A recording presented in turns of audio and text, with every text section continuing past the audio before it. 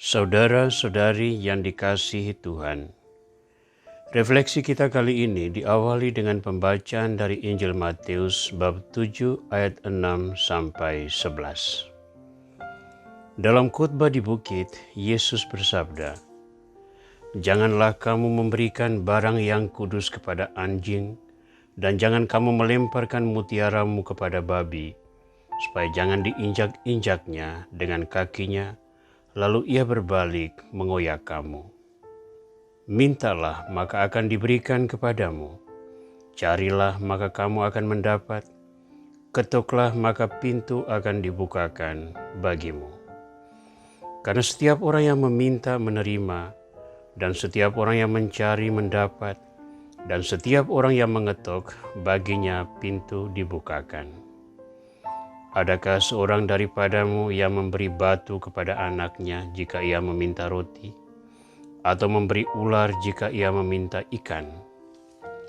Jadi, jika kamu yang jahat tahu memberi pemberian yang baik kepada anak-anakmu, apalagi Bapamu yang di surga, Ia akan memberikan yang baik kepada mereka yang meminta kepadanya."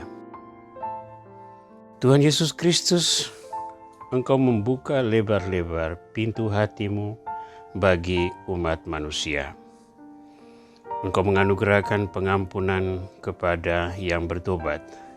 Engkau memberikan karunia-karunia kepada orang yang lemah agar ia dikuatkan dan membantu mereka yang kuat untuk melayani masyarakat sesuai dengan karunia yang dimilikinya. Namun betapa sering kami mengabaikan kehendak baik-Mu ini dan mengingkarinya. Maka doronglah kami untuk kembali belajar rendah hati dan menerima penyelenggaraanmu sebagai pedoman hidup kami, serta merelakan diri kami untuk menjadi alat-alat pembagi rahmat cinta-Mu. Kiranya berkat partisipasi aktif dari kami para murid-Mu, kerajaan-Mu semakin berkembang atas dasar cinta yang mengabdi, sebagaimana Engkau telah memberikan teladan pelayanan kepada kami semua. Engkau yang hidup dan berkuasa bersama dengan Bapa dan Roh Kudus, kini dan sepanjang masa. Amin. Saudara, kita sampai pada topik bahasan yang sangat relevan dengan gerakan adorasi yang telah kita jalani selama ini. Kita berbicara tentang pengabulan doa. Kristus mengajarkan kepada kita bahwa dari hakikatnya yang penuh cinta, Bapa selalu melihat kebutuhan-kebutuhan manusiawi dan berusaha untuk mengabulkannya. Kristus sendiri mengatakan, "Mintalah, maka akan diberikan kepadamu. Carilah, maka kamu akan mendapat. Ketuklah, maka pintu akan dibukakan bagimu." Namun betapa sering kita menyadari bahwa sebagai umat manusia, kita lalai menanggapi firman tersebut. Kita tidak memandangnya sebagai janji yang serius yang diwartakan oleh Kristus. Kita bahkan cenderung tidak percaya atas janji tersebut. Dalam segala langkah hidup yang kita jalani, kita meletakkan semuanya dalam kekuatan kita sebagai manusia. Kesuksesan dan keberhasilan yang hendak kita gapai, sepenuhnya kita anggap sebagai buah dari kehebatan kita di dalam mengeksplorasi segala sumber daya yang kita miliki, serta tata manajemen yang sesuai dengan tuntutan zaman, sehingga selalu buah-buah positif yang kita peroleh. Namun tragisnya, ketika kita mengalami tanda-tanda kegagalan, ketika rencana-rencana yang kita tata tidak selalu berjalan mulus, di saat itulah orang tergerak untuk mencari Tuhan.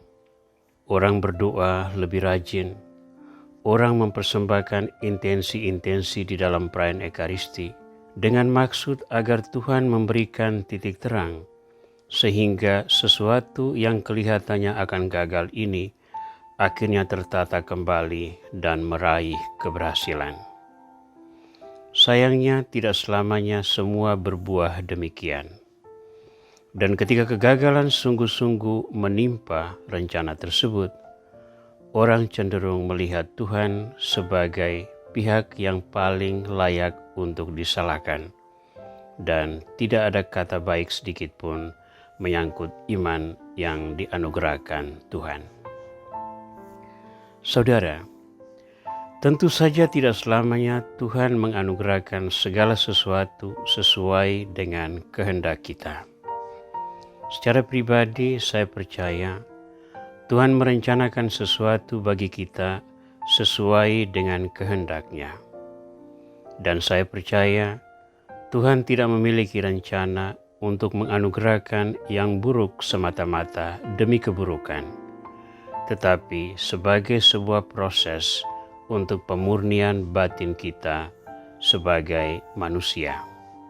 Karena itu di dalam menjalankan kewajiban iman, kita hendaknya memiliki prinsip-prinsip yang benar, yang sesuai dengan rencana Tuhan sendiri, yang dapat kita temukan melalui permenungan-permenungan kita atas tokoh-tokoh Alkitabiah atau orang-orang kudus di dalam gereja kita, yang membangun pola kerohanian atas dasar pengalaman yang pahit dan manis, yang positif dan negatif, atas seluruh kepribadiannya. Mari kita coba menelaah beberapa hal yang bagi saya merupakan prinsip dasar di dalam berdoa. Pertama, berdoa haruslah menjadi sebuah gaya hidup. Berdoa bukan sekedar satu kesempatan di mana kita memohonkan 1001 keinginan kepada Tuhan, melainkan sebuah percakapan rohania yang secara rutin kita sampaikan kepada Tuhan, entah itu dalam sukacita maupun dalam duka cita, entah di saat kita membutuhkan sesuatu atau tidak membutuhkan apa-apa. Ketika doa menjadi percakapan intim dengan Tuhan, kita membina kekudusan di dalam hati kita, dan kekudusan ini membuat mata iman kita mampu menyerap nilai-nilai yang benar dan memandang semua hal duniawi dengan nilai-nilai iman tersebut. Dengan akibat, orang bisa membedakan mana yang sungguh-sungguh merupakan kebutuhan dan mana yang sekedar hanya untuk memenuhi keinginan manusiawi dalam kemewahan, kekuasaan, dan nafsu-nafsu egois lainnya yang butuh pemenuhan.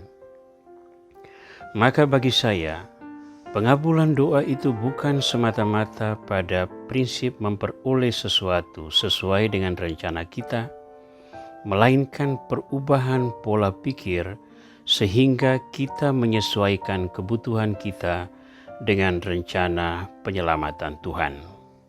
Misalnya, hasil karya kita bukanlah sekedar untuk memuaskan nafsu kita, melainkan kita jadikan sebagai sarana untuk melayani Tuhan dan sesama. Di sini, kita tidak tenggelam semata-mata dalam keinginan untuk memenuhi kerakusan kita akan harta duniawi, melainkan mengubahnya menjadi sebuah jalan untuk membahagiakan sesama.